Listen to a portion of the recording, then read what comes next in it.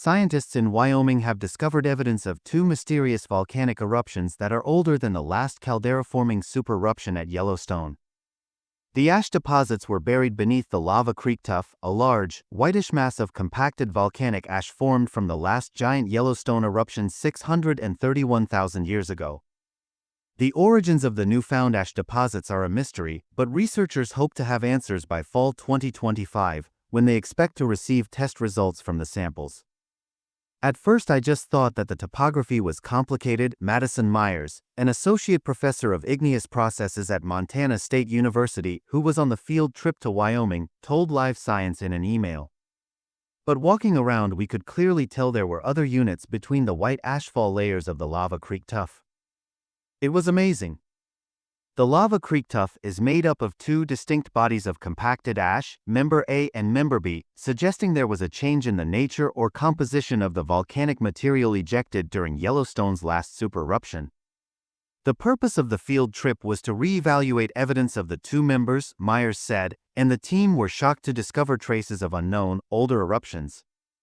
Because the ash deposits are buried beneath the lava creek tuff, the eruptions that caused them must have occurred earlier than 631,000 years ago, according to an article written by Myers and her colleagues in the Yellowstone Caldera Chronicles.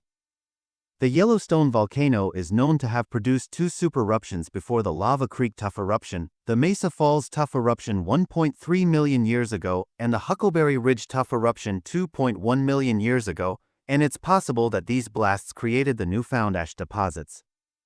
However, early testing suggests the younger of the two ash deposits has no connection to Yellowstone. One of the deposits we found contained biotite, a mineral not found in most Yellowstone eruptions, Myers said. Thus we needed to think of a known large-volume eruption that contained biotite. The most likely suspect is the gargantuan Bishop Tuff eruption that formed Long Valley Caldera in California 767,000 years ago, Myers said. Meanwhile, the origin of the older of the two ash deposits remains a complete mystery. It's possible that the ash came from an undocumented eruption, as it is relatively common for geologists to find deposits with dates that don't match known eruptions, according to Myers. We recently had such an event happen in Yellowstone and are still trying to map and understand where this new undocumented eruption came from, she said. The newly discovered deposits have not yet been dated, and the picture will become much clearer once those results come out, Myers said. The best way to determine the origin of ash deposits is to date the mineral sonidine using a technique called argon geochronology. This technique measures the ratio of two different forms, or isotopes, of the element argon in samples. Argon-40, a stable isotope of argon, builds up in volcanic rocks at a predictable rate following an eruption, so scientists can determine the age of those rocks based on their argon-40 content.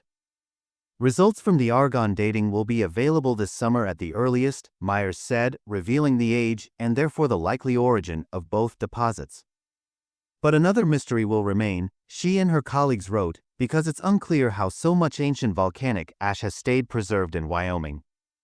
Likely these ashfalls were tucked in spaces that reduced exposure to wind and rain weathering, Myers said.